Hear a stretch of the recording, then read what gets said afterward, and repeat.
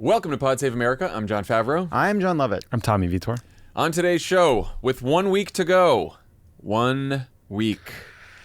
Big deep breath. Don't like that. In, out. Our two candidates for president could not be closing more differently. Kamala Harris held rallies with Michelle Obama and Beyoncé that hit on themes of reproductive freedom and bringing the country together, while Donald Trump just headlined a 5-hour rally at New York City's Madison Square Garden that was filled with more hate and open racism than we've heard at a political event, I think, in decades. I cannot remember, even a Trump event, I cannot remember anything quite like this.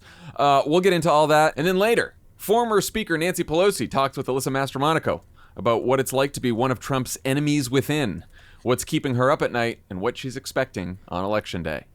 But first, so I'll be honest, when people were comparing Trump's plans to hold a rally at Madison Square Garden to the pro-Nazi rally that was held there in 1939, I thought it was a bit much. Plenty of other presidential candidates from both parties have held rallies at the Garden over the years that no one would confuse for being pro-Nazi.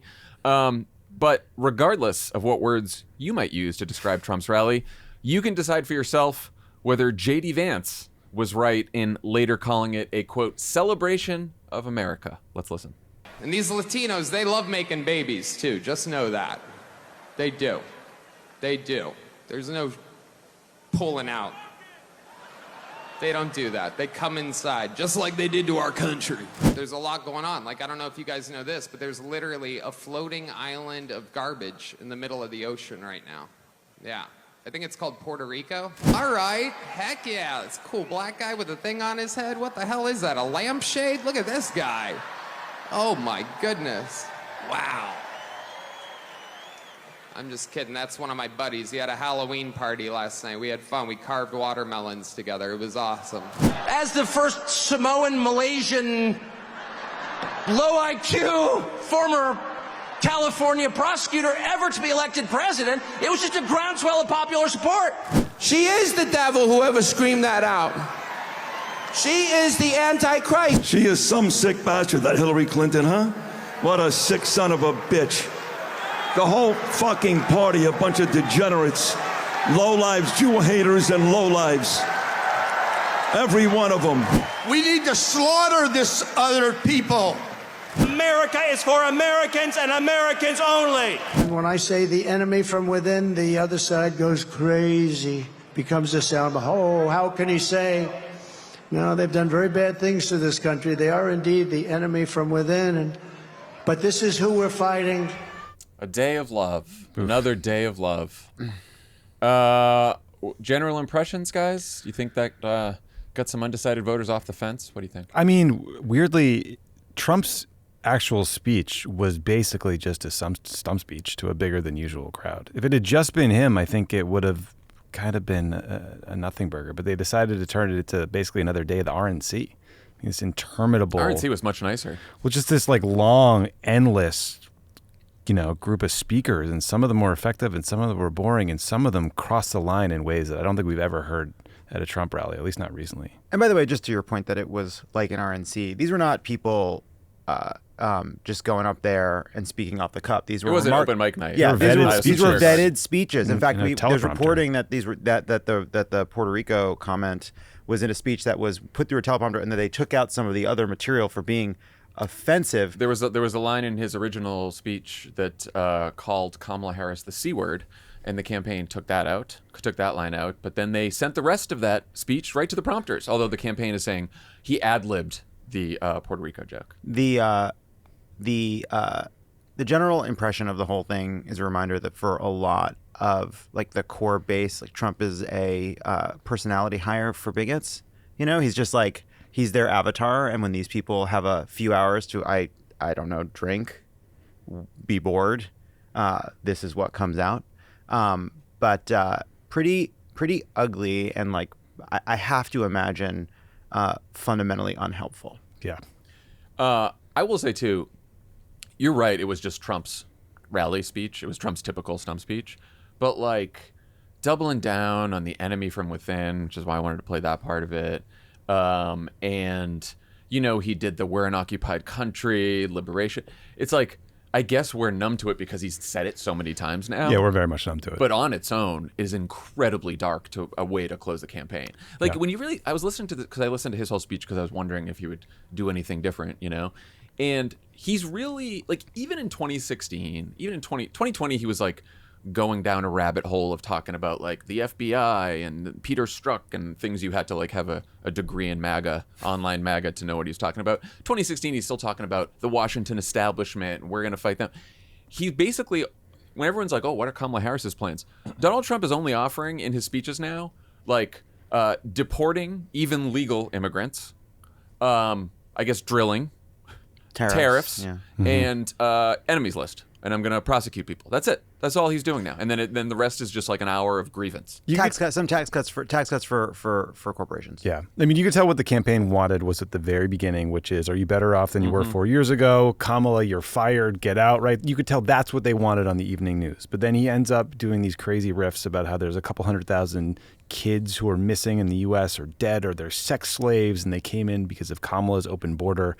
They played like this like snuff footage news clip reel, a couple different times. They played all this like really disgusting, sort of descriptions of crimes by undocumented people. I mean, it's gotten so dark and we are very much used to it. But, that darkness in his speech is not what led the headlines. It was these people who came before him. There's been so much focus, we're going to talk about it more, on Tony Hinchcliffe, that comedian that did the Puerto Rico joke. But the reason I wanted to play all those other voices is the Trump campaign, their response now is like, oh, it's a joke. It was one joke. Blah, blah, blah. Like, no. America is only for Americans. That was from Stephen Miller, his top policy advisor, potentially the next White House chief of staff. The things they said about Hillary Clinton, about Kamala Harris. I mean, it was not just one joke about Puerto Rico. There's Rudy Giuliani getting up there and saying calling all hateful Palestinians things terrorists. about Palestinians. Yeah. So do you guys think that the Trump campaign was happy with how that went? They can't be. I mean, when your main headline is about whether the warm-up act, literally first speaker at the rally, has hurt your standing with all Latino voters, like that is not a good headline. And again, it wasn't just AOC weighing in. It wasn't Democrats. They can't just say this was cancel culture. The campaign had to walk back from this joke. A bunch of Florida elected officials put out statements. Trump's trade advisor, Peter Navarro, who's like a real MAGA dead ender, called Tony Hinchcliffe the biggest, stupidest asshole that ever came down the comedy pike.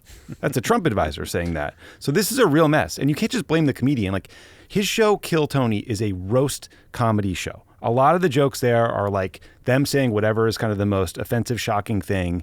And often it's very, very racist. And you can love it, you can hate it, you can listen to that. But booking that guy to do that set at a political rally is unbelievably stupid. It is political malpractice. And it's of course this was going to happen because like you can get away with saying things at a comedy club you can't ever say at a political rally. They are morons for letting him be out there. Or the other guy who said Hillary Clinton's a son of a bitch. Or the guy that said that we should slaughter the Democrats. There's just, it's on and on and on past just the Why comedian. would you book all these people? And also just that, like, in the same way that, like, I think they were caught off guard by the revulsion to J.D. Vance because they don't realize how offensive some of the things he has said are in the past. Like, they don't realize how strange and extreme and bigoted they've gotten. I think that's another case, right? They have this guy. A lot of the remarks are vetted, right? This is what they want people to get up there and say. And I think, of course, they're now backtracking because the backlash was so severe. But, like, they wanted this to be a bigoted, rabble-rousing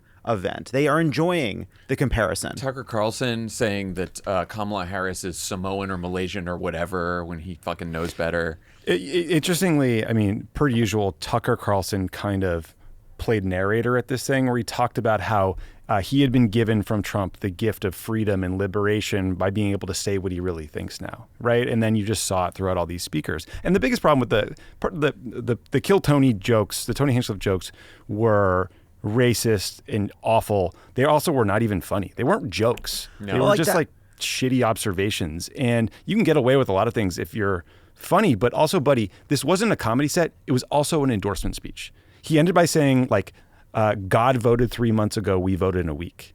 I mean, because he said Trump survived the assassination attempt. It's not a fucking comedy show and a comedian just doing a bit and free speech and cancel culture when the candidate's top policy advisor gets up there a week before the election and says America's for Americans and Americans only, and then the speakers at the rally start saying, making jokes about Puerto Ricans, Black Americans, a number of other people, and it's what they want, right? Like it is their worldview, right? And they wanted to get that across. Yes, I also and Tucker Carlson, we'll talk about more of this later, but like Tucker Carlson basically saying, like, if they tell you Kamala Harris won, it's illegitimate. It's inconceivable that she could win because of our racist views on her, which tell us that anyone who says she's compelling or successful as a politician is lying to you. And I'm not going to lie anymore. I'm going to be honest about my racism. Can I just say one thing about look, it was a night of disgusting, racist, anti-democratic, anti-American speeches.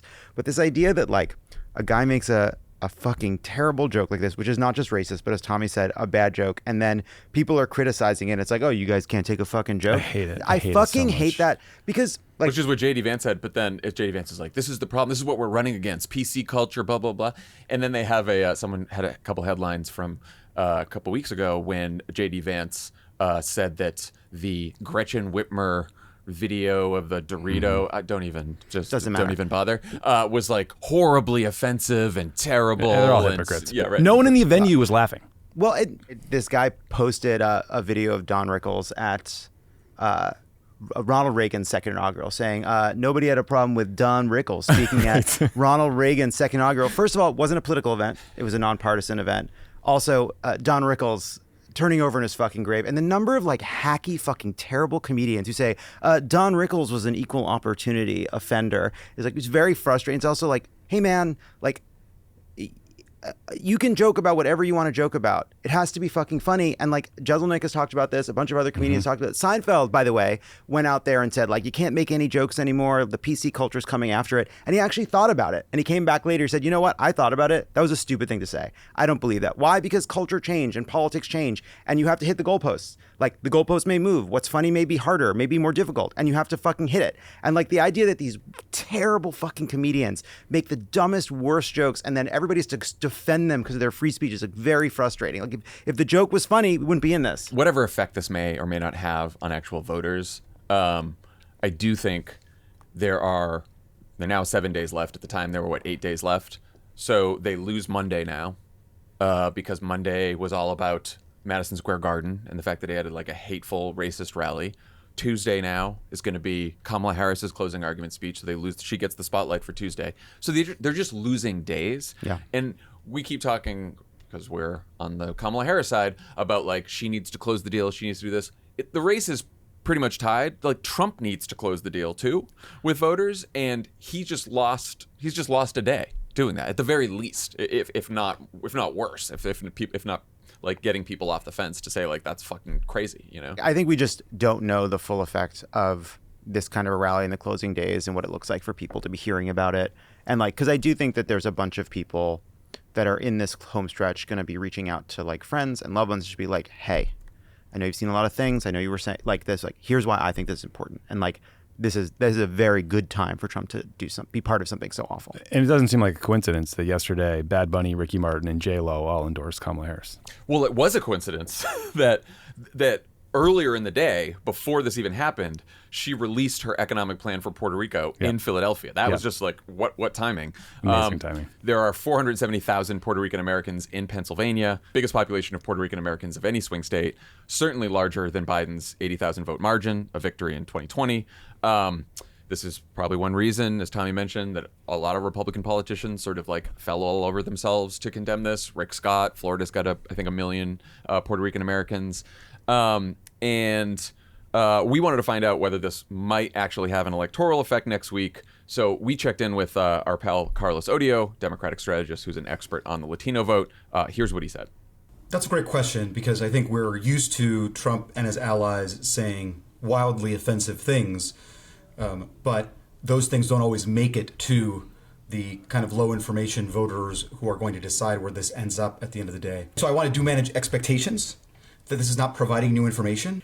But if there is an exception, I would say it is the Puerto Rican piece, specifically because of the way that those comments, those incredibly unfunny comments, were so incendiary, they were almost designed to be amplified at scale. I'm surprised WhatsApp didn't go down in Puerto Rico and in Central Florida and in Allentown and Reading, Pennsylvania. And they were instantly amplified by major players who had been on the sidelines of this election. So you had Bad Bunny and Ricky Martin weighing in for Harris. Normally, you would say, in the era of Trump, these things go down a rabbit hole. And yet, this particular moment and in the way it was timed felt like it could be an exception. So the Harris campaign also has a new ad out today. I can't tell if it's a video ad or how much money's behind it or whatever, but they made an ad about this. Nate Silver also did a little research, and he says there's some initial evidence that the rally is drawing broader attention. Today and yesterday are the top days of Google search traffic for Trump since the second assassination attempt against him in September. The chart was interesting. It's like this pretty straight lines. The first assassination attempt is like off the charts. Conviction's pretty small. That's a bump, though. Second assassination is like the conviction, little bump. And then now this is getting up towards that level, which I think is pretty telling. Yeah, I talked to AOC, which you'll hear on Wednesday, and it was before the rally, but we talked about Puerto Rico. It's also just a period of time when people who don't ever think about politics are thinking about it for maybe the first time in 4 years because they're deciding whether to vote. And this can't be helpful. No. And again, and that's we've been talking about the Puerto Rican American community, but if, Google Trends and Google searches of Trump are like if anyone who gets any part of that rally, there's almost no good parts for that rally. Yeah, I mean voters all across the country I know. are not thinking about politics at all. Are like, ooh, that stuff. Yeah, and if you see the headlines, where a lot of critique about headlines over the last several years, they all, New York Times, Politico, Washington Post, they all had, racist, incendiary rally in their remarks. I think this is one that broke through, again, because it's the fucking final week of the campaign. Not the most important point, but a group of people that I'm sure yell when they have to press 1 for English. Hillary Clinton would not be a son of a bitch. She would just be a bitch. So that bothered you, I know. It's like you're gonna claim you're bothered by people speaking Spanish. You don't speak fucking English. That is very true. Got him. Trump also point well taken. Trump also sat down with Joe Rogan on Friday. I know that's a few days ago now, but in fairness, that's how long it takes to listen to Joe Rogan's podcast. Almost literally. The interview clocked in at about 3 hours. And as of Monday afternoon, though, has nearly 35 million views on YouTube alone. Wow. Did you guys how far did you two make it? I am an hour and a half in, and I'm just like, I can't do it anymore. Made it through the whole thing at 2 point. Same. At mostly 2 speed. I got up to 3. I got up to 3.5. Thank you, Spotify. It was about politics. What do you get at 3.5? He talks slow enough that you get more than you think. I try to avoid watching Trump live. Me too. So that I can watch him faster, so there's less time spent on Trump. And so I listened to him at 2. I was like, wow, he's pretty energetic. And then when I think I moved from my car back to my phone, and then he was back at 1x. I was like, Jesus Christ. Yeah. This is terrible. What'd you guys think? If you saw somebody on social media telling you that it's the worst interview Trump ever did, that it was embarrassing, that Joe Rogan was horrified and thought Trump was embarrassing, you should just keep in mind that those are people you should not listen to. Because fake news. It was fake fucking news. Do I think it's like a groundbreaking interview? Of course not. He rambles and he gives basically all of his same answers. But as a forum for Trump, it was also I think the best kind of interview he could hope to get. Joe Rogan was incredibly solicitous, kind of keying him up with ways to take on some of the arguments from the left. It was a love fest for Trump. Do I think that necessarily matters? I have no fucking idea, but it was not. It was a good interview for him. Yeah, I'm not a fan of Rogan's and a regular listener. I'm not a hater because I've dipped in at times and heard celebrity interviews and things that were interesting, and obviously he's very successful. So I going into it, I had a little bit of hope that because he'd been critical of Trump and because he was an RFK guy, maybe he would push him on some things during the 3 hours. Maybe he'd do a little research to prep himself, but couldn't have been more disappointed. Yeah. It was entirely friendly. Rogan took everything at face value from Trump saying he said some secret thing to Putin to prevent him from invading Ukraine, to Trump bragging about being able to run on a treadmill all day, even at the highest elevation. Like, everything was taken at face value. Rogan, he kicked off the questioning about the 2020 election denial by basically saying, everyone does this, Hillary question 2016, yada, yada, yada. But never really, he came back to it, but he didn't get past it. There was one point where he said, "Are you ever going to show us the evidence?" Yes. That was a good moment, I suppose. But yeah, I feel like it was an example to me of I see a bunch of people are canceling their Washington Post subscriptions because they're mad that Jeff Bezos' Washington Post is not endorsing. And it just, I think, is that a helpful thing to punish the journalists of the Washington Post? I do not think so. But where does that impulse come from? And I think part of where it comes from is this kind of endless feeling of dispiriting exhaustion that there's a fundamentally fraudulent case Donald Trump is offering. It's just a fundamentally flawed and fraudulent case. And this was just a forum for him to lay out that case. But if it's not questioned, if it's not challenged, if it's entirely solicitous, you see why, if you're not paying that close of attention, or if you're receptive to in the first place, why Donald Trump is so appealing. Because in that forum, it's a ton of lies and bullshit and self-aggrandizing, made-up stories. But it's compelling, and he's charming in it. I thought it was not compelling. He was not good. He's meandering. He was meandering. And not even because of the, all the frames about Trump. It's not the bigotry and lies from the rally. It wasn't that. It's not the he's addled and losing it kind of shit. He is just he's a bad conversationalist, because all he cares about You don't get the weave, dude. Right.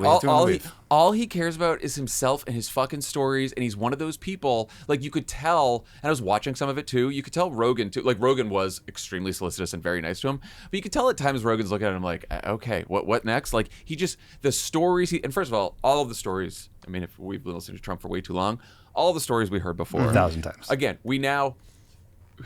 we analyze Kamala Harris's speeches now and her interviews and be like, oh, did she talk about people, though? Is she talking about what she's going to do for people? Donald Trump was, at one point at the beginning, he was bitching about how hard it is to build things in New York because of all the environmental regulations and the permits and the unions, and he's yelling, and it's he's talking about something from 10, 15 years ago. Then he's talking about burying windmills and blades, and it's self-aggrandizing. I cannot imagine that unless you were a Trump fan, if you could sit through that whole thing, you'd be like, yeah, this guy, I think this guy could be in charge. This guy is looking out for me. That's not where I landed. That's not where I landed either. I think that the way he was talking about, he talks about, again, it's all just bullshit. What did you think was appealing? I first of all, they had charming interactions about UFC and about fighters. I think Trump knows his stuff when it comes to the UFC and boxing, and they connected on that, and the audience really likes that. And then I can see that. The stuff about building, it's all pretend, right? But he's kind of trying to display for that audience a kind of I know about building. I knew New York, but I didn't know DC. So when I was trying to recruit people, I knew how to recruit people in New York, but I didn't know how to recruit people in DC. There was a conversation about staffing up and how you have to use politicians, because if you use business people, they haven't been vetted before. He just, to me, it was of course, yes, he's rambling and the stories go on forever. And occasionally Rogan didn't know exactly what he was talking about. But inside of that was this is a business guy who knows his stuff on business. He kind of gets into COVID financing, and he gets into why the debt existed. It just it was, to me, the best I have seen Trump in a very long time. I don't know if it gets him anything. I do think they connected on some level. I definitely think he rambled.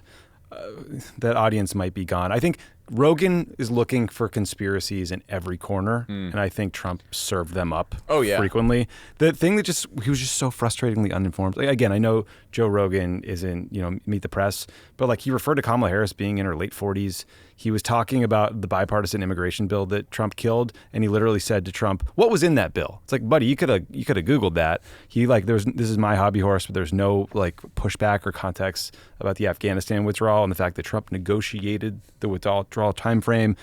Rogan's a big RFK guy. He's talking about healthy foods. There's no thinking or acknowledgement that Republicans are the ones who want to get rid of the EPA to allow all these chemicals into our atmosphere and make our foods less healthy. So it made me insane. But stepping back from it, what I was thinking when I was watching the interview is to that interview that his two advisors gave to Semaphore about what their strategy is. And I do think if you watched all 3 hours of that interview, you come away a little bit inoculated against the idea that Donald Trump is some like fascist menace. I just think you do, because the section about the vote in 2020 was so favorable to Trump. There was nothing about the insurrection.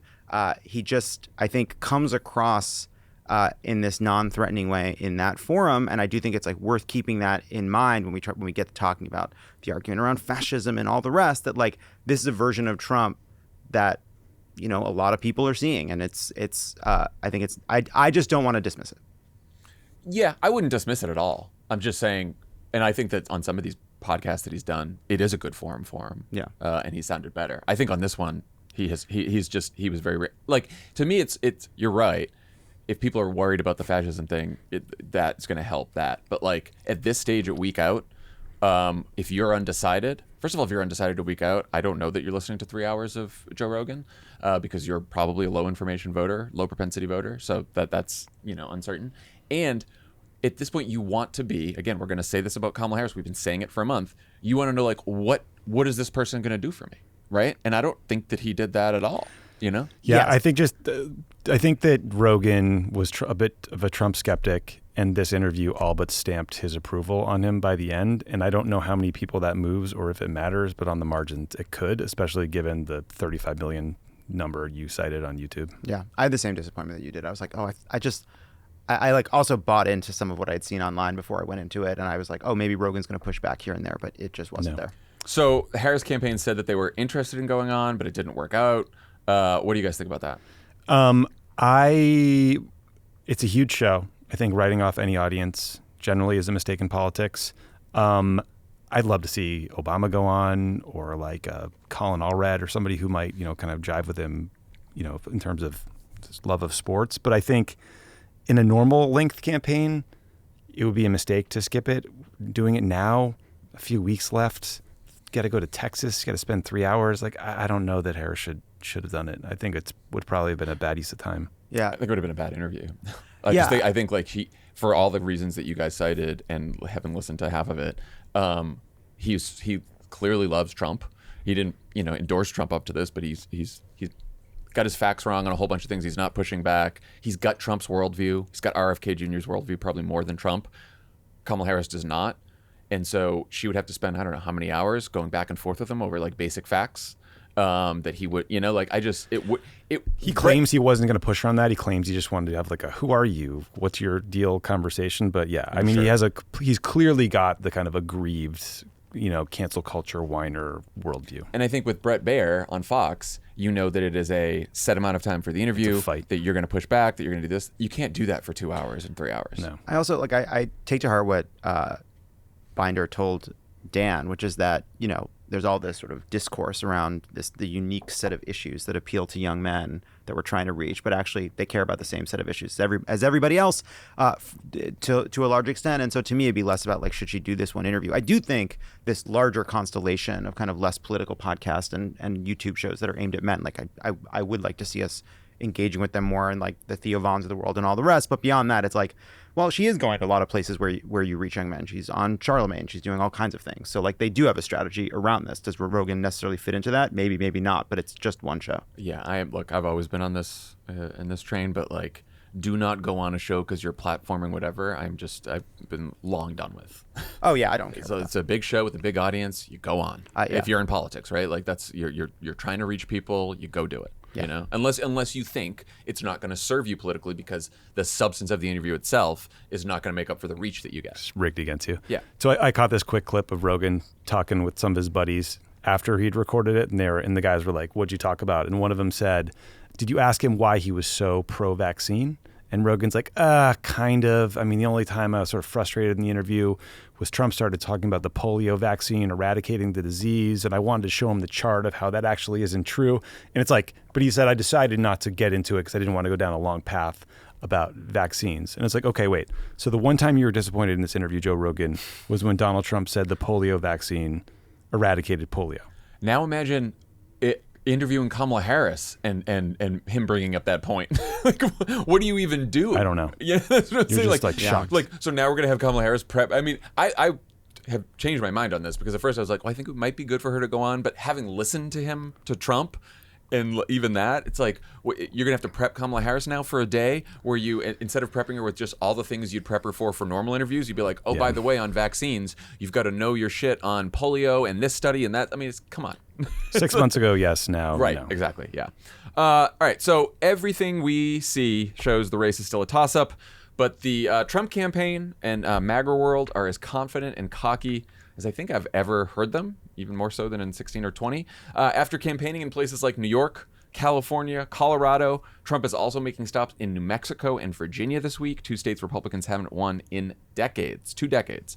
And here's a puzzling comment Trump made to Speaker Mike Johnson during the MSG rally on Sunday. And I think with our little secret, we're going to do really well with the House, right?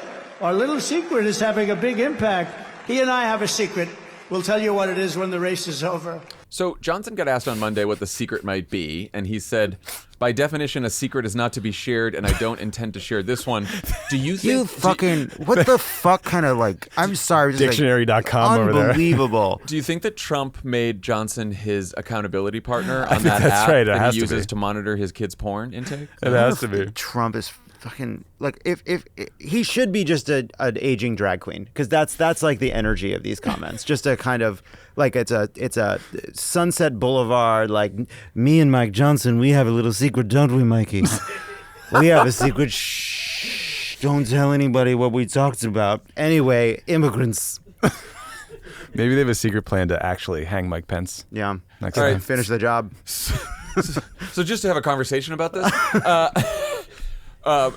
some people are wondering if this has to do with some plan between Johnson and Trump, so that if Harris wins and Johnson's still Speaker of the House, that he will not certify the election, or he'll engage in some shenanigans, and then he'll try to throw the election to the House, in which case, if the House votes, then Trump wins. I don't know.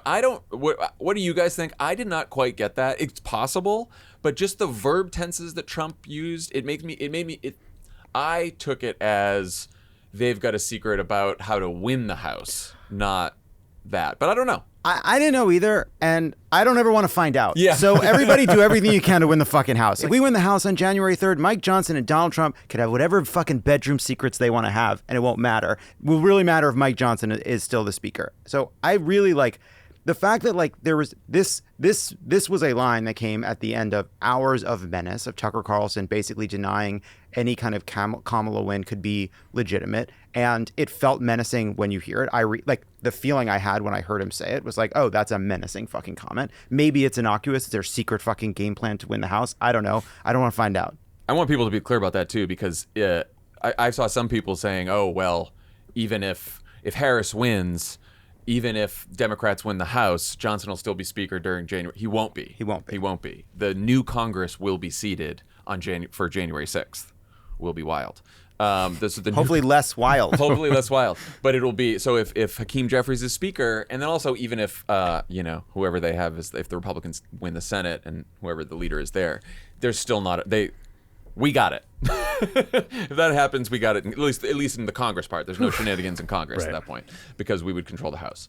But to the point you made about Tucker, right? Because Tucker's doing this. How could she possibly win 86 million votes or whatever? And this is, if you look on social media right now, every fucking blue checked MAGA account, we talk about don't read too much into the early vote. They think the early vote is they are crushing Democrats right now. They're like, Trump is going to win all 7 states, and they have made, I don't know whether they actually believe this or whether they're just spewing bullshit to try to, but if Trump loses, they are talk about stop the steal. They are very primed to say that there's absolutely no way possible that Kamala Harris could have won this election. Yeah. Whether they're being cynical or naive, I think one of the big lessons of a decade of Trump is it doesn't matter. In either way, this is what they're going to pretend to have believed if Donald Trump loses. So I do think that matters. I do, but I also I think it's yes, it's about getting ready for post-election shenanigans, but I do think part of it is look, any campaign puts up yard signs. Like, yard signs are about a bandwagon effect. We all do that. Everybody does that. But there's something specific about Trump because so much of the argument is about character and about him being sort of morally unacceptable. And so creating a kind of permission structure that's like, they're all crazy. Look, the country's behind him. Like, you come on board, right? Everybody's doing it. And I think that matters more for him than it would for a normal candidate. Yeah. Meanwhile, Kamala Harris is keeping up her breakneck schedule in the battlegrounds. She's in Michigan as we're recording this. 3 rallies today in Michigan, 3 events. Nice. And earlier today, she responded on the tarmac to a reporter's question about Trump's Madison Square Garden hate fest. Here's that response, along with comments from AOC, who is, of course, Puerto Rican American herself. And she responded during the rally while live streaming a game of Madden NFL 25 with Tim Walz on Twitch. Yes, nice. It's 2024. Hell yeah. That's what we're doing right now. Great. All right, let's listen. Donald Trump this is not new about him, by the way. What he did last night is not a discovery. It is just more of the same and maybe more vivid than usual. Donald Trump spends full time trying to have Americans point their finger at each other. Fans the fuel of hate and division. And that's why people are exhausted with him. I need people to understand that when you have some a-hole calling Puerto Rico floating garbage, know that that's what they think about you. That is exactly that's just what they think about you. It's what they think about anyone who makes less money than them. It's what they think about the people who serve them food in a restaurant. It's what they think about the people who fold their clothes in a store. Like, you're dude, right. Are you serious? Like, are you serious? Yeah, the privilege of being on this campaign is traveling across the entire country. There are hundreds of thousands of Puerto Ricans in battleground states that need to send them a message. What did you guys think about the way Harris responded, AOC, Walz? First of all, I want Kamala to get away from the jet engines. I'm never going to let this go. I also was wondering why is Tim Walz whispering like he doesn't want his mom to hear him playing Madden? It's right. It was like I'm like everyone's very chill right now. Like where is our defense? What's happening? I don't know. I thought AOC was particularly good on this because she understands and is from the community and she's a really credible messenger. And it dovetails with the broader argument she's been making about Elon Musk, that he's laughing at you. They're mocking you. When they dangle the $1 million check, they're mocking you. They don't care about you. They don't understand you. I think that was effective. The Harris comments about divisiveness and division and fueling the flames, they're accurate, but it is giving me a little bit of 2016 PTSD, if I'm being totally honest. Oh, really? I thought it was great. I thought she doesn't want to get offended by them. No, I think 2016 would be like, this is racist, this is offensive, blah, blah, blah, blah. That was what 2016 was. She's saying like it's the same old divisive shit. Yeah, she is saying the same old, and we're gonna get into the whole future forward thing and focus on economic stuff, but that's the pivot she's making. She's not taking the bait. She's not saying like, I'm gonna go on the rally and say how offensive it is. Well, she commented on multiple times. So, I mean, they're certainly, I don't know if taking the bait or not, but they're certainly talking about it. They cut an ad about it that we mentioned earlier. They're doing a lot of things to highlight this part of the story. Yeah, but I think the way that the message is from her is that he should be he's not focusing on you, and I'm going to be focusing on you, which is the right message. I think that's right. So as we get close to the end, the A-list surrogates are out on the trail for Harris. On Friday, of course, Harris and Beyoncé rallied together in Houston. And then on Saturday, Michelle Obama appeared with the VP at a rally in Kalamazoo, Michigan. Let's listen. We are at the precipice of an incredible shift, the brink of history. I'm not here as a celebrity. I'm not here as a politician. I'm here as a mother. A mother who cares deeply about the world my children and all of our children live in. A world where we have the freedom to control our bodies. Do not put our lives in the hands of politicians, mostly men, who have no clue or do not care about what we as women are going through. Please, please do not hand our fates over to the likes of Trump, who knows nothing about us, who has shown deep contempt for us. Because a vote for him is a vote against us, against our health, against our worth. So fellas, before you cast your votes, ask yourselves, what side of history do you want to be on? I would encourage everyone to watch the entire Michelle Obama speech. They call her the closer for a reason. What do you guys think of the speech? I mean, I thought it was one of the best political speeches I've heard in a really long time. I was really moved by it, thinking about it. She was emotional delivering it. And I actually was thinking, like, you put that Joe Rogan interview up against Michelle Obama, and I just think Michelle Obama wins every time. Because, yes, that might have been the most effective version of Trump you'll see, right? The affable businessman talking shooting the shit with Joe Rogan. But this was about the stakes. And I found it persuasive. It was persuasive. It was aimed at people who aren't paying a lot of attention, but it was also aimed at people who are paying a lot of attention and the best argument they can make to the people in their lives, and spoke to, I think, a lot of the cynicism and frustration people have who are paying close attention to. I just thought it was an amazing speech. Tommy? Yeah, I mean, the speech is two parts. The first half was basically her like unloading the Oppo clip on Trump and going at him very hard and laying into him, and I obviously enjoyed that. But that's something that a lot of people can do. The second half was riveting. I mean, you can hear it is silent in there. People are rapt and paying attention. And it really was unlike any speech I've heard this entire election cycle, the way she talked about the stakes for everyone in terms of reproductive health. And she figured out a way to bring you emotionally into the room, into the hospital room, watching someone you love die. And it was unbelievably powerful. And I watched, I mean, a bunch of people told me it was great. When I finally watched it, I too was like blown away by just how powerful, how much she connected, and how much you could tell she meant it. And my only thought afterwards was like, how do we get this in front of everybody? How do you make sure this is the thing on TikTok that's getting the most push? Because it's long, right? There's extended chunks, and that's the power, the sort of like 3-minute detailed explanation of what life could be like for you and your partner if these laws pass. I know we were trying to clip this for today, and it's hard because the whole section on reproductive freedom is 8 minutes, I think. Yeah. And so it's hard to, and I mean, both of the Obamas are like this, right? Which is they don't do sound bites and like one line here and there, and you really have to watch the whole thing in full to get it.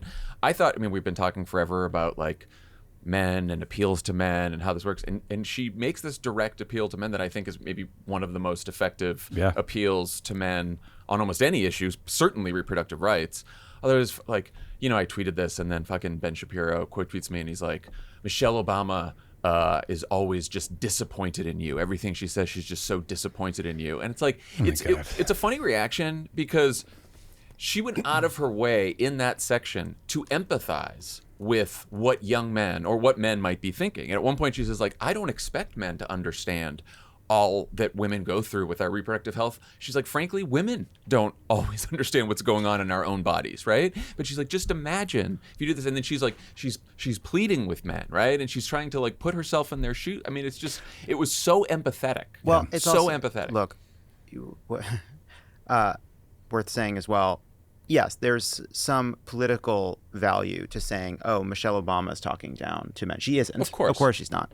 It's just lazy. Of course it's lazy. Which Ben has become. Voting for Trump is a very disappointing thing for men to do. Yeah. and I think part of what that speech was about how to reach people that you might feel upset with that they're considering this, right? She says at one point in the speech, like, your rage may be justified, but if you use your rage to vote for Trump, you're voting against us. And like that, I think that idea saying that, like, I understand why you're upset. I understand why this may be on the table for you, but it's morally wrong. And it's not just politics. It's not just, oh, we can disagree. A vote for Trump is a vote against the women you claim to love. And if you love them, you should listen to them. Ben Shapiro was so mad about the Barbie movie that he lit Barbie dolls on fire and then released a 43-minute review of it. So just for context. I just have a real special animus towards people like Ben Shapiro and J.D. Vance, who fancy themselves as the intellectual Zambonis, right? Who try to make this like intellectual argument about shit when it's like, you know what? You're full of shit. You're full of shit because if you actually listen to it, your criticism of the speech has nothing to do with what was actually in the speech. And if your wife was dying, you would do anything it took to save her life. You lying little shit. Yeah, of course. It's like if you want to pick apart facts, then go try to pick apart facts, but you didn't do that because you can't. Yeah.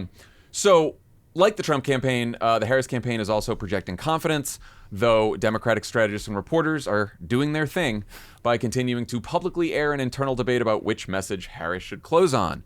The New York Times reports that Future Forward, the big pro-Harris super PAC, warned in their weekly email to Democratic operatives that attacking Trump as a fascist, which 2 4-star generals who worked for him have now called him, isn't particularly persuasive, and that hammering a contrast with Trump on the economy and reproductive rights, featuring Harris's own stances, works better. We've talked about this a lot. Dan asked Kamala's lead pollster, our friend David Binder, about it on Sunday's bonus pod, which if you haven't listened to yet, you should absolutely listen to. Binder said you have to do both. And here's what Harris campaign manager Jen O'Malley Dillon said about it to Jen Psaki on Sunday. I mean, look, I think we have seen from the beginning that when people who have worked closest with Donald Trump speak out, it has real impact on voters, and certainly on these voters that we're still trying to reach, this small segment of undecided voters. We know anecdotally, we know from our research, when someone like John Kelly stands up and speaks about what it was like to serve under Donald Trump, speaks about how he clearly wants unchecked power. The American people are not comfortable with that. And that is an important contrast that we have. And I think that it's fundamental to everything that the vice president is talking about, how we turn the page from this, how we have a leadership in this country that's focused on the issues that the American people care about. So we do think it's important. It's really important when people that are closest to Donald Trump speak out about it. And we've seen that across all of our data. What do you guys think about this debate, and particularly the balance that the Harris campaign is striking right now? So, first of all, I think we obviously have to do both is the answer we've always been landing on. It's just like, you have to do both. You have to make the positive case. You have to make the contrast case. You have to make sure people understand the threat. One thing that Binder said that I thought captures, I think, like another facet of this around this question of whether to call Trump a fascist. It's that one word doesn't communicate what the threat is. Yeah. And to me, like, that was the most important point of this. Not should we describe the menace and threat that Trump poses versus should we just make a positive argument. It's that when we talk about the threat Trump poses, how do we do that? And like, so I asked AOC about this question of like calling Trump a fascist, and she went right to Donald Trump will take away basic rights of women across this country. And so I think translating, like, fascism is a identity. It's a summary. And actually you have to get into the details with people, because people have heard for years all kinds of words that are true to describe Donald Trump. The last group of people we're trying to reach are by definition undecided and unmoved by those broad brush characterizations. So you have to get into the details. I'm a little worried about the balance at the moment, and not because of like the message testing of ads. It's just because you have to ask yourself, what is breaking through in the closing days? And I do think it is primarily this conversation about Trump and fascism. And I think it's valuable to say the top people that worked for him don't trust him to be president again. I think that's alarming new information probably for a lot of people. But it's gotten mixed in with conversations about like praising Hitler's generals and things that I think just sound partisan and hyperbolic. And a lot of people Do you think the brush it Harris off. campaign has done that, though? I think because we're talking about, like, this is what I think it's unfair that it's like there's a lot of straw men running around here, which is like the Harris campaign's leaning in on fascism. No, they're not. Anderson Cooper asked her, do you think he's a fascist? She said yes, right? Everything else they've done, their ads, everything else has been about what you said, Lovett, which is conveying what the threat means to people. And so, like, I don't know what else they would do at this point. I'm not blaming anyone. I'm talking about the closing conversation that people are hearing. And I think it's overly tilted away from an economic message right now in ways that worry me, because every focus group and piece of polling we see shows you that voters primarily care about those issues. And there's a pretty easy ready-made answer for Trump, which is we saw him for 4 years. People don't think it was that bad.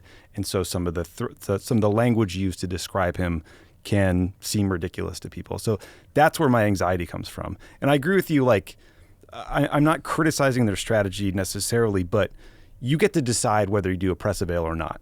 You get to take questions or not. You get to decide how you answer things and what you highlight or not. And so it does feel like they are leaning into this.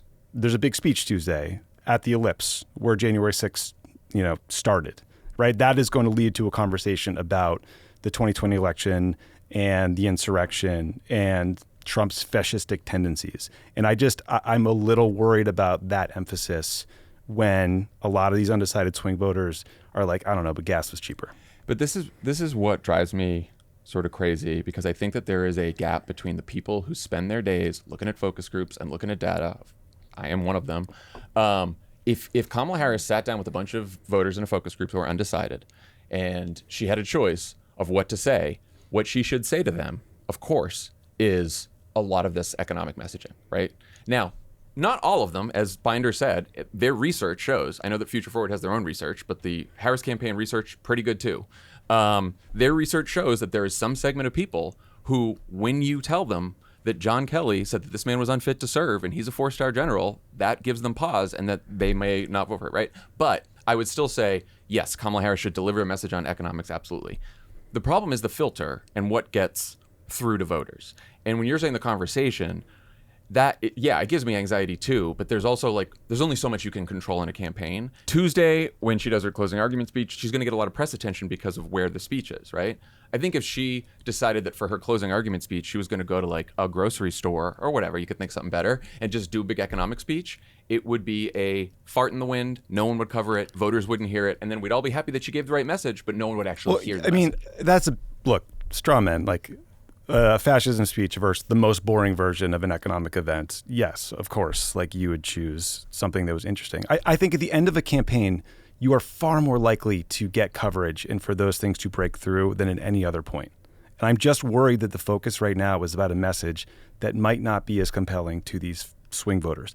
I think your job as a campaign is to figure out a way for the thing you want to talk about to break through and get covered. Well, all their ads are doing that. I'm not criticizing them. I'm just saying, when I look at kind of concerns I'm hearing from all these people about slippage and what people are saying they're hearing on the doors about, I just want to know about her economic plans and, the need for more information about her.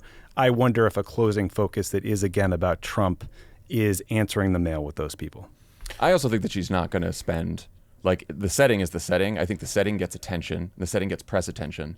I think that the entire speech will probably be the economic stuff, the contrast, the whole positive vision. Right, but what breaks through, right? We're talking about Kill Tony and his comments at Madison Square Garden and not what Donald Trump said. But that's not under the control of the Harris campaign.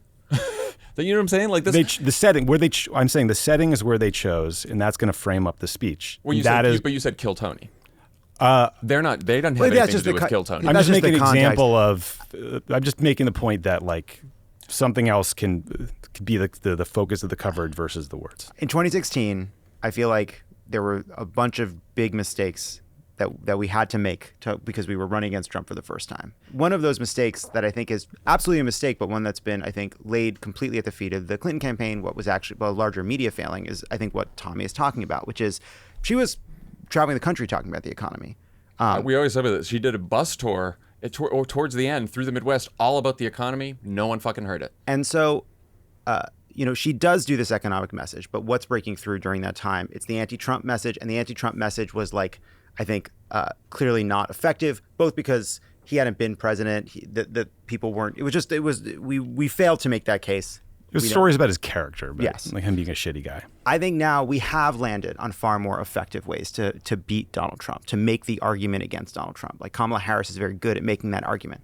We still have this problem of how do you break through on the economy when the catnip is the more kind of political, exciting, Trump is an extremist threat. Now, the good news, right, is replacing Joe Biden with Kamala Harris and then an incredibly well-run campaign over months has moved the needle on the economy, right? That has absolutely happened. It has broken through. What their strategy has worked so far. She's almost even with him on the economy in some polls, and even in New York Times Siena, she gained 7 or 8 points. And so then I do think in this last week, how do you do both of those things? I kind of I think doing a speech on the national ellipse to just reaffirm that view that the Americans have that Donald Trump is chaotic and dangerous and unstable and you can't trust him, I think is worth doing. I think that to me is the right thing to do because of the attention it gets. I think the question then is, okay, we've hit that point. How in the 7 days that follow do you drive what Tommy's talking about? Because it's really fucking hard to do. And you've used your closing speech on the ellipse. You've spent it. That's been spent. So it's hard. But I come down on thinking it's the right place to reach a ton of people with a closing message. It's an all an opportunity cost. None of it is easy. Right. But we're talking about the biggest, most important decisions in the closing week and what we want to get in front of voters. And it just does concern me a little bit. The Michelle Obama speech specifically about reproductive care and access to that care and going in great detail about the horrors that could come from Trump getting 4 more years was unbelievably powerful.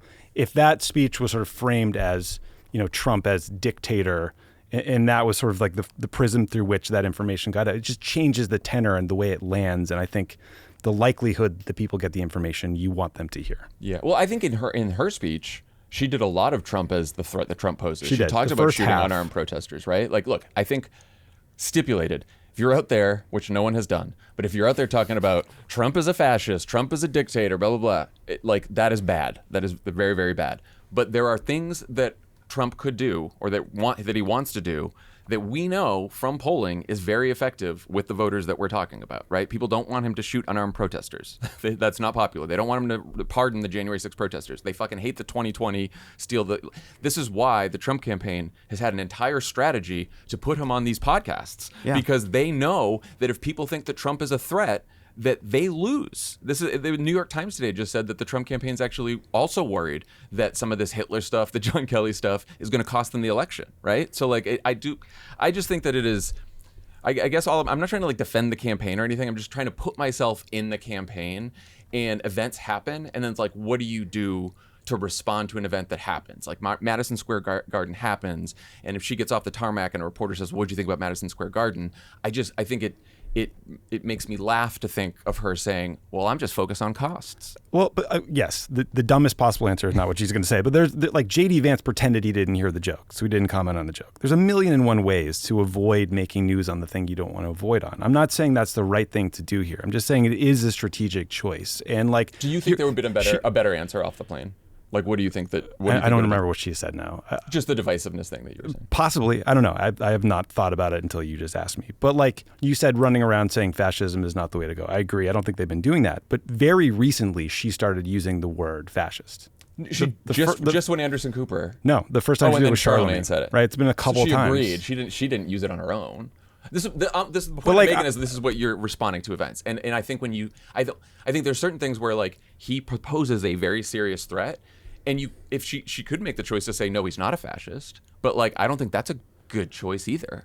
Yeah, you'd be like, it's a word I haven't used, et cetera. I'm saying all we're getting at here is these are purposeful decisions that end up having an impact on what is covered and what the closing message is and what people hear. Yeah. I know for sure. I'm just saying you're heated on this one. No, because I'm heated on it. I'm not mad. I'm just saying I have struggled with this so much because I've seen all the fucking data. All of our friends in the Democratic super PACs and everyone else who's saying this is bad, we got to do more in the economy. I get them. I've been there. I've seen the fucking data. But when this happens on a campaign's also about the exigent events that you are responding to, and if you respond in a way that seems J.D. Vance seemed like bullshit when he said he hadn't heard the joke. If she had said she hadn't heard the joke, it would have been fucking bullshit, right? Yeah. And it's clearly something that worries the Trump campaign, which is why they walked it back. So of course she should go in on that. And I'm not saying she shouldn't have said that. I'm just saying it's not hard to not make news on things you don't want to. Yeah. It just really isn't. And all I'm saying is I think the critique from the super PACs that somehow the Harris-Walz campaign is the strategy is leaning too heavy on the Trump threat is just wrong. I think it's just wrong criticism. And then I think they need to close the deal on the economy for sure. But I'm with Binder, which is you really just have to figure out a way to do both. Yeah, and also just Kamala Harris is running an incredibly impressive campaign in a media environment that sucks and makes Trump possible. And that is the thing. And in the closing days, hard. It's so much harder than any other campaign to break through on. And so in that context, how do you break through on the economy? What's the balance? Where I kind of land is I have the same worry, Tommy. How do you reach these people?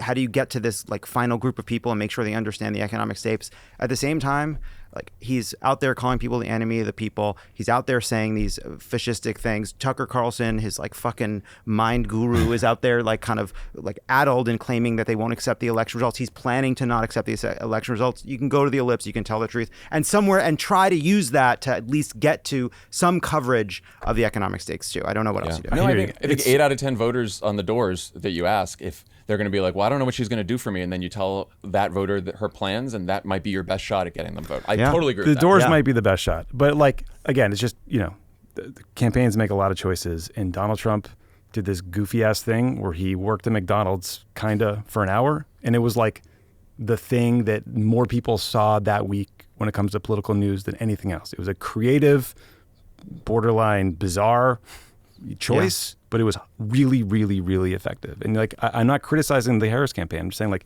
your job as a campaign is to find those things that do break through. And that was a really good example. Yeah. Okay. Well, we'll leave it there. When we come back from the break, you're going to hear Alyssa's interview with Nancy Pelosi about pulling off a win next week. But before we do that, this is the part of the show where we beg you to do the most effective thing you can do to beat Donald Trump and win this election.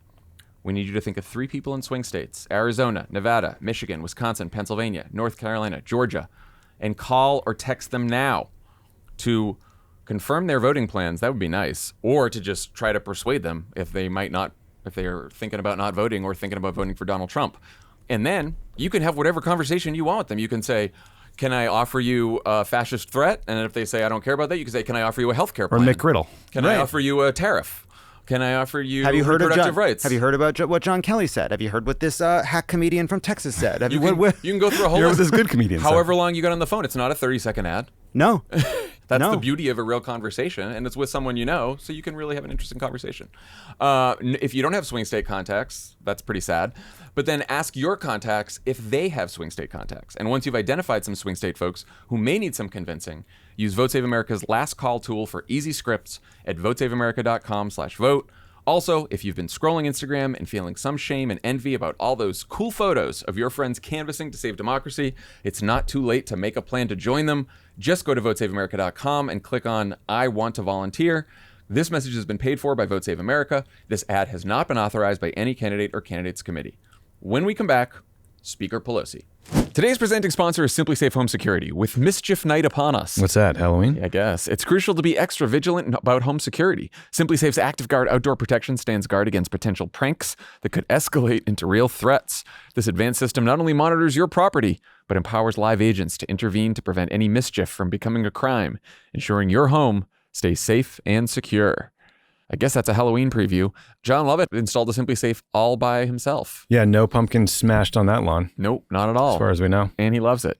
Old school home security systems only take action once someone's already inside your home. Simply Safe Home Security is changing that. With its new Active Guard outdoor protection, it's the only home security designed to prevent crimes before they happen. Protect your home with 50% off a new Simply Safe system, plus a free indoor security camera when you sign up for Fast Protect monitoring. Just visit simplysafe.com/crooked. That's simplysafe.com/crooked. There's no safe like Simply Safe. Pod Save America is brought to you by Policy Genius. Talk about one of your favorite family holiday traditions. I like to eat so many appetizers that you're not at all hungry for the enormous dinner that comes after. Me too. That's a good tradition. I also like getting life insurance. Yeah. Oh, is that... Look, the heart of holiday traditions is family, but what happens when you're gone? Protect your family's future and your peace of mind with Policy Genius. Policy Genius. Unbelievable. What are we doing? These are the hardest turns of any ad. It's like we went from singing carols by the fire and eating appetizers. Anyway, they're right. More food for the rest of us. Policy Genius makes finding and buying life insurance simple, so your loved ones have a financial safety net they can use to cover debts and routine expenses, or even invest that money to earn interest over time. Oh yeah, Mama's putting my insurance money in the S&P. Happy holidays. With Policy Genius, you can find life insurance policies that start at just $292 per year for $1 million of coverage. Some options are 100% online and let you avoid unnecessary medical exams. Policy Genius combines digital tools with the expertise of real licensed agents. You can compare quotes from America's top insurers side by side for free with no hidden fees. Life insurance is a form of financial planning. True. And Policy Genius is the country's leading online insurance marketplace. Secure your families tomorrow so you have a peace of mind today. Head to policygenius.com or click the link in the description to get your free life insurance quotes and see how much you can save. That's policygenius.com.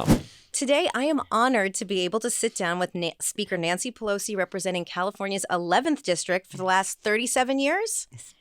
Inductee to the National Women's Hall of Fame in Seneca Falls, recipient of the nation's highest civilian honor, the Presidential Medal of Freedom, also New York Times bestselling author of The Art of Power, which I cannot recommend enough. Madam Speaker, by my math, this is your 8th presidential election since coming to Congress. We are nearing Election Day. What is keeping you up at night? how can I say this? I'm not up at night. I'm very happy about it. Oh, good. See, I'm a former chair of the California Democratic Party, and so my whole thrust in politics is own the ground. Right. So it's wonderful to have we have to have the mobilization on the ground. We have to have the message, which is unifying and not menacing, but is bold and progressive, but not menacing. And we have to have the money to get the job done. The money's coming in. Yep. The message is in the hands of the candidate. The mobilization is what matters now. And I'm traveling all over for some House races Sure. and also, as well as presidential. And I feel very good good about the fact that everybody knows it's in their hands. You know, people say, I have my fingers crossed. I said, uncross them and make calls. Make calls. Or text. Send a or postcard. knock on doors or go walk precincts. But no fingers crossed. Okay, good. All right. Well, then I'm feeling good.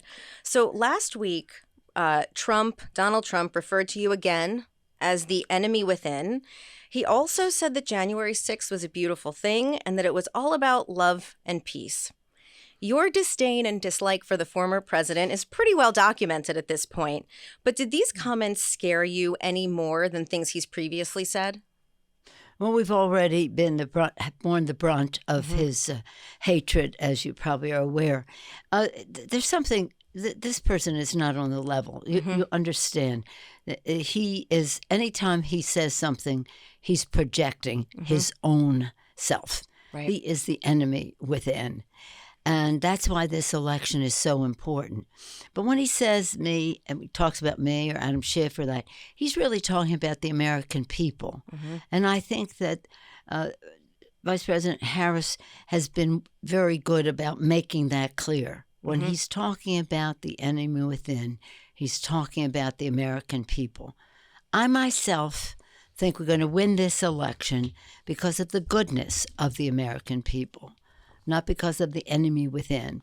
I think the American people, when it comes right down to it, will understand that you cannot elect a person of such vulgarity, such misrepresentation, such insulting the intelligence of the American people. It was not a day of love. It was a tragedy for our nation. People ended up dying from it, many injured from it. And that just goes to show. But I think that there's a judgment out there that may not be very loud, but it's very strong. So you were just in Florida for a women's Get Out the Vote breakfast, where you discussed the state's Amendment 4, which would codify abortion rights. How important has reproductive rights been as an issue for Democrats this cycle, both at the top of the ticket and down ballot? Vitally important. Reproductive rights, very important. I just recall to mind that 2 years ago, in 22, the off year, people said we were going to lose 30 or 40 seats. And I said, they just don't know what they're talking about. They may collect high salaries, but they ain't on the ground and they don't know what's happening. Because we knew that issue was very important. And they said, she, meaning me, I owed an apology to the Democrats for putting that in the forefront. Didn't I know it was in the rearview mirror and people didn't care that much? But we know how those members voted, and we know how our candidates were opposing that. They opposed putting Roe v. Wade put into law, and they even opposed women having a right to contraception. Women have a right to contraception. And they opposed anything to do with climate crisis, gun violence prevention, all of that. But the women's issue, the reproductive health issue, was primary. And as you know, we lost 5 seats in New York. I know. And that's for a lot of different reasons, but hopefully we win them back this time. But I have no doubt that we will win the House of Representatives. Hakeem Jeffries will be the Speaker. He must be the Speaker. He must be the Speaker for all the issues we care about, but also on January 6th to protect our democracy. So it's October. October surprises throughout the years are of great lore. And in 2008, I was on the Obama campaign. many consider the financial crisis and the record rise in unemployment as the October surprise of that election. But in 2008, weeks before the presidential election, Congress came together to keep the economy from going over a cliff. Do you think Congress could come together today to solve a problem that catastrophic? We would have to. You remember that President Bush was president at the time when this happened, and it was the generosity and the really responsible attitude of the Democrats that saved the day. Let's be sure to point that out, because the Republicans never lived up to their commitment to have 100 votes to pass this. I do believe it was the reason we lost the House in 2010, because we had to save the day, and people thought we were bailing out Wall Street, we're bailing out the economy.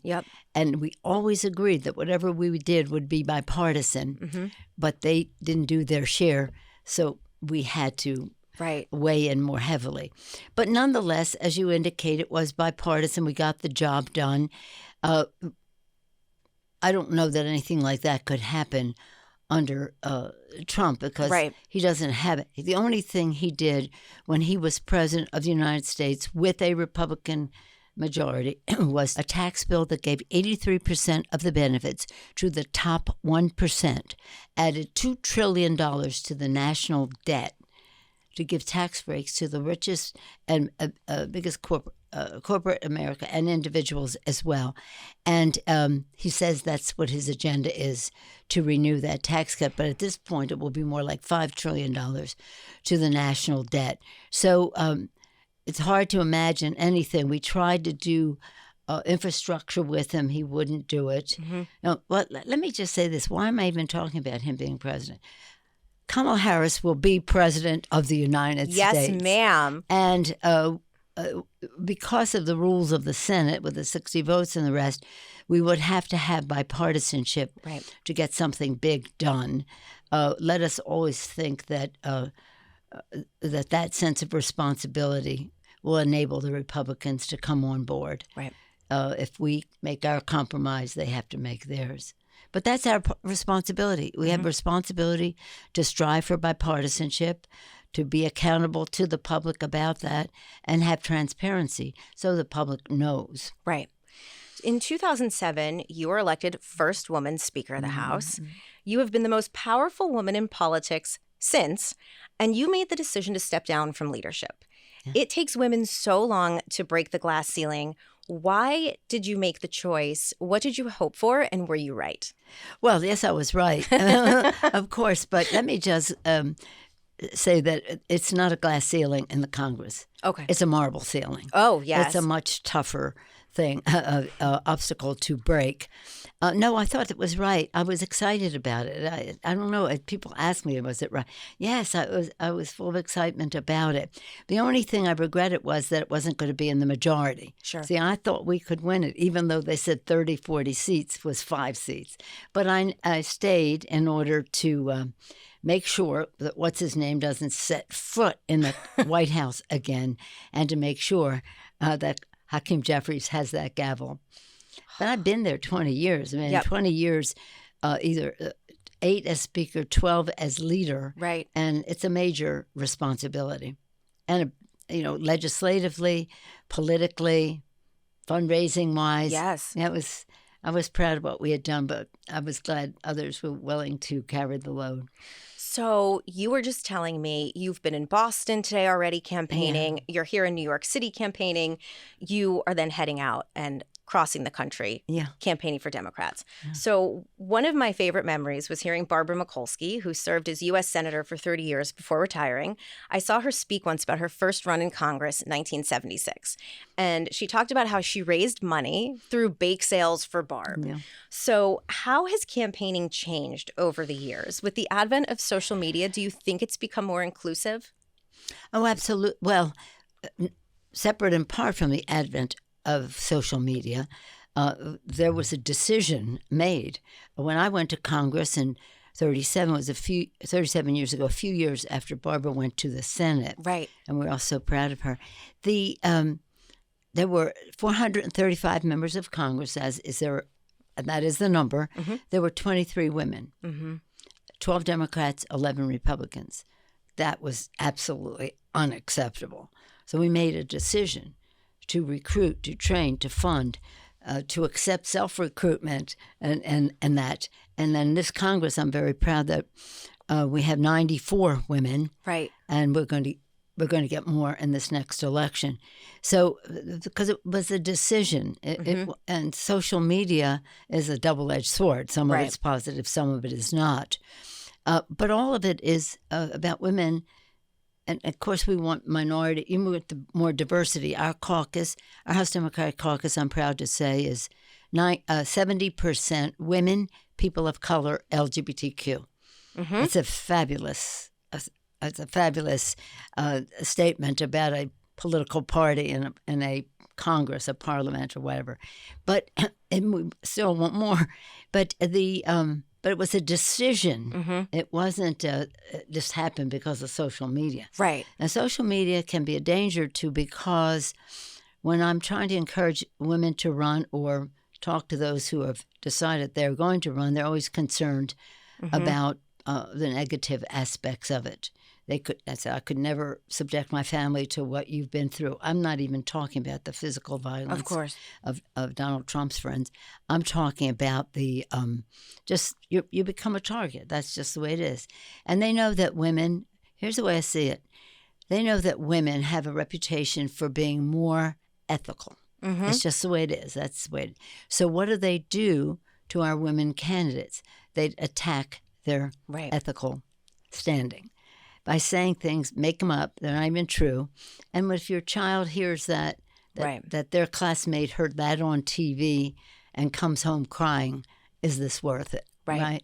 So we have to get rid of that politics of personal destruction, which really became a factor during the 90s. When Newt Gingrich became Speaker, he really did that. It went after the Clintons, as you know, Hillary Clinton so much. And we just have to take it down to, we're a democracy. We have differences of opinion. Let's express those differences, let people judge what it means to them without trying to say things that really, I have no doubt that the things they said about me when I was Speaker and the rest, and became Speaker and all that, on the Republican side, contributed to the assault on my husband. So I remember at Senator Harry Reid's funeral, President Obama talked about how Reid was the epitome of progress over perfection.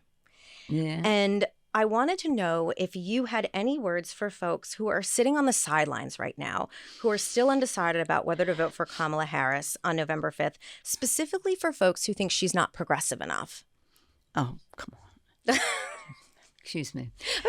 Well, yeah, that was a beautiful word that the president said about Harry was wonderful, and he was masterful, and I miss him every day. I have two words to say to people who say she's not progressive enough. Donald Trump, a tragedy for our country if he were ever to be elected. Everything that we care about or have done would be obliterated by him. Somebody said to me the other day, what's the difference between the Democrats and Republicans and how you treat poor children? I said, we do, and they don't. Right. That's just the way it is. So, with all due respect to that, and I'm a progressive from San Francisco, and what the thing is that we have to win in the whole country. And when I was invited by the governor of Michigan to be there for events, I said then, what works in Michigan works in San Francisco, working class message. What works in San Francisco may not work in Michigan. Right. Let's win, baby. Okay? So if they have ideas that they want to develop at the local level and have them become something that have national acceptance, that's what this is about. That's what I did. I mean, I came at it from the left in San Francisco, but I know you have to govern from the center. So I just say to them, everything that we did, Joe Biden was a fabulous president, consequential. Our agenda was beautiful, from all the bills, the rescue package with the child tax credit, the infrastructure bill with all the jobs, the PACT Act for our veterans, the CHIPS Act for our economy and for involving women in ownership as well as jobs, $370 billion to save the planet. That's very progressive.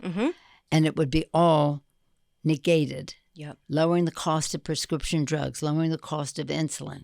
That's not what they're there for. They're taking us to court on some of those things. Yep. And Trump has sat down with, I said his name. Ugh. So I know, you don't like to do that. I don't like to do it, slip down.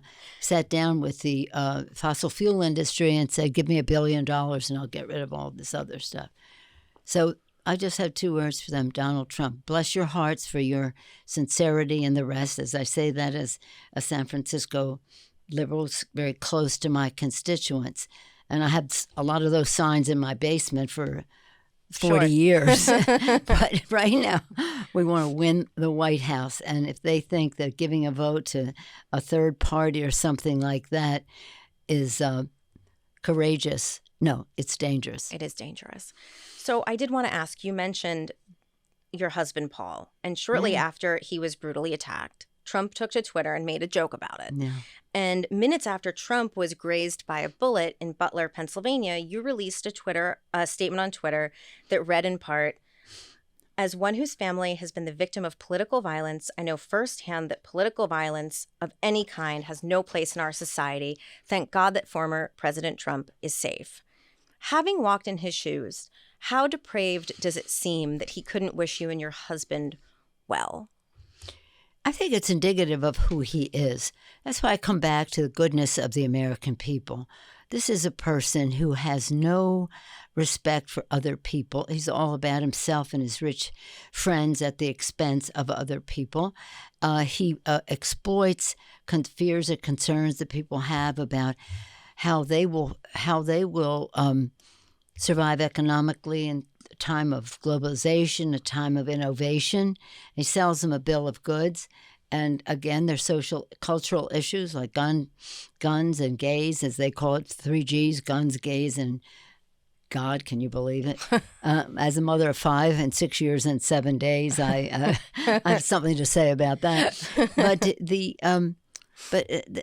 this is not a person that you would even let in your house, right? Much Much less into the White House of the United States. He is vulgar, grotesque. He is unpatriotic. We know that he is demonstrating characteristics that can be considered fascist, and how people respond to him because he sells a good bill of goods, but if his lips are moving, he ain't telling the truth. You came to Congress in 1987. You came to Congress to fight for children and HIV/AIDS. What do you consider the biggest fight still ahead? You mentioned the social media earlier. It's not about what the fight is. It's about how the fight is conducted. President Lincoln, let the record show I'm quoting a Republican president. President Lincoln said public sentiment is everything.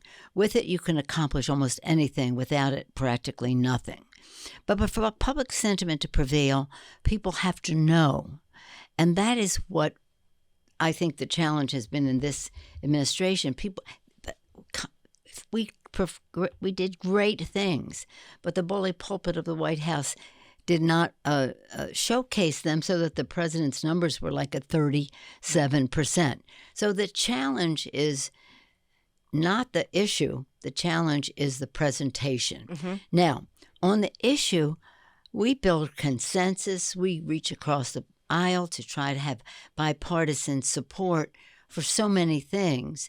But the public really has to be aware of that, because some of it takes a great deal of courage for our members, not me, because I represent beautiful San Francisco, but it takes a deal of courage for them to vote for in their districts, especially since the other side will try to misrepresent what it is. So the point is, as I always say, I can bake the pie or I can sell the pie, but I can't do them both at once. So there has to be a recognition as we did the Affordable Care Act. We just went out there and mobilized and mobilized and mobilized. And that's the way we passed it, and that's how we saved it, because of the engagement of the public. So I would say as we go forward, there's a care agenda that has to happen in our country. We are, I think, the only developed nation that does not have affordable child care. The child tax credit, so important. Home health care for our seniors. Family and medical leave. So if you want to talk about how we can make a big difference in our economy, it's the fullest empowerment of women and caregivers. They may be men, too, in the workplace. And we have to make sure that the public is aware of it so it is not misrepresented to them by the other side that does not believe in governance. They don't believe in science, so don't do anything about climate because you've invented the climate crisis, right? At the Weather Service, that's why they want to privatize it. The education, going to abolish the Department of Education. And the EPA. EPA. What is this? Okay, so let's go right to your kitchen table. Let's go right to your kitchen table. You have to make ends meet. The cost of childcare is huge. Cost of housing is huge. The cost of care for your older parent or sibling, or in addition to children, is hard. It's expensive, but it's also hard to get the kind of safe care that you need. We really have to change that. We had it in the Build Back Better bill. We couldn't get it completely. We got most of it, but we didn't get what I just named. Paid family and medical leave, affordable child care, child tax credit. We had $400 billion in the bill for home health care for senior siblings, in addition to children. So I think the empowerment of women, when women succeed, America succeeds. And we want women, when they're in the workplace, to be fully present. They always worry about families. We all do. But if you have the assurance that the care is safe and good and it is affordable to you, I think that women will make bigger strides even in the workplace, in our economy, in our national security, in our politics, in our government, in academia, in every way. So speaking of women, you ran for Congress in your late 40s. Toni Morrison wrote The Bluest Eye in her late 40s. Julia Child was 49 when she published Mastering the Art of French Cooking. What should women know about the second half of life? What changes as we age? Well, for me, my children grew up. It was about them. Once they were in school all day, and 5 children in 6 years and 7 days, that was quite an occupying force. I had never intended to run for office. I wasn't even interested in it. In fact, I avoided it. I didn't even avoid it. I didn't even think of it. And then when the opportunity came along, and then I ran, and they said, you'll love it because you love the issues. That's why you're involved in politics. They were right. I loved it. And then when I was there, then they said, now you have to run for leadership after a few years. And I said, no, I like the issue. I love what I'm doing. One thing and another. But again, we were losing. We lost 94, 96, 98. And then I said, okay, I'll take some responsibility in the 2000s. And then we won. I became Speaker. So when I go for housewife, House member, House Speaker, my motivation was for the children. I always tell people, know your why. Know why you are doing this, because you're going to get the slings and arrows and everything else.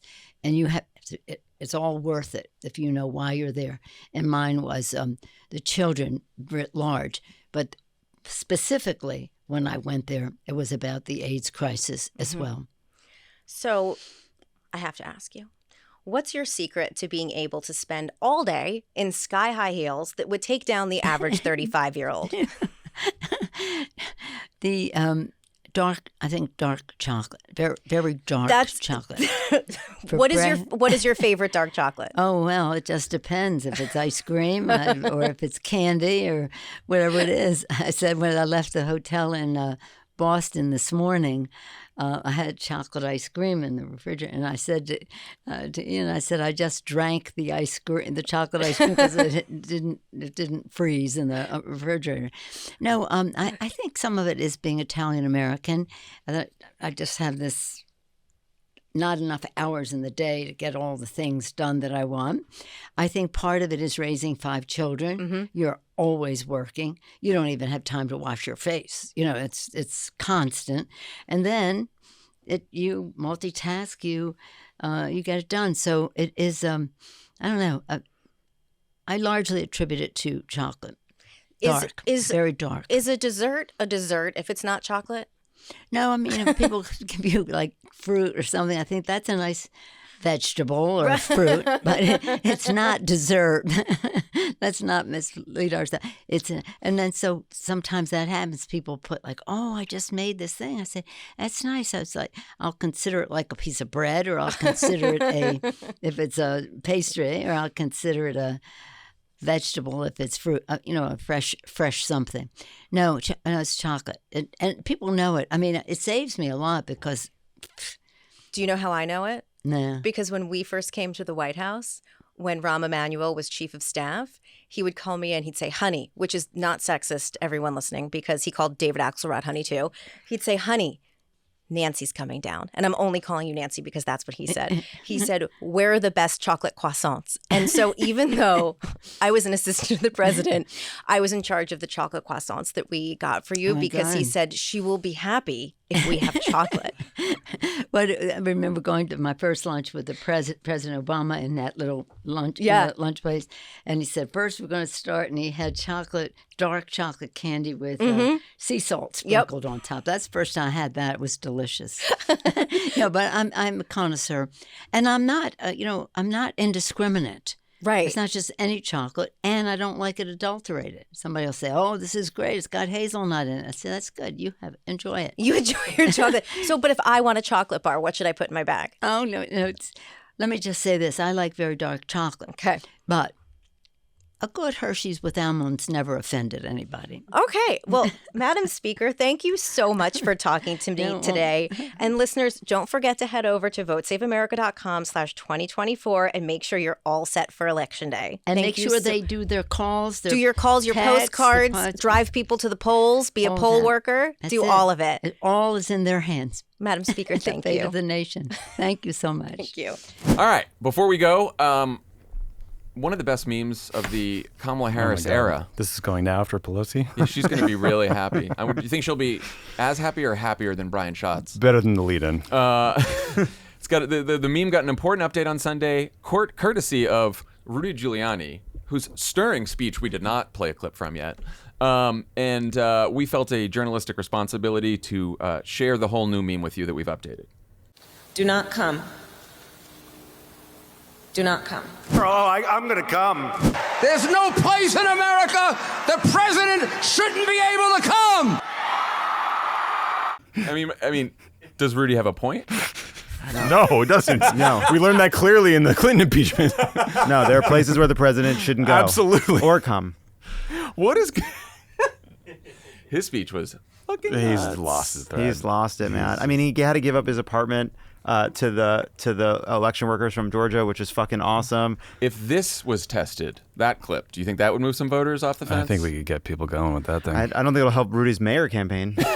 You think he's going to take one more run out after Adams? Yeah. By the way, just once again throw out my terrible prediction that if Donald Trump wins, Eric Adams' Department of Homeland Security. Oh no! I thought you were going to say pardon. I'm like, obviously the pardon. Yeah, the pardon's happening. Just mark my. Rudy hasn't been sober since the Bush administration. No.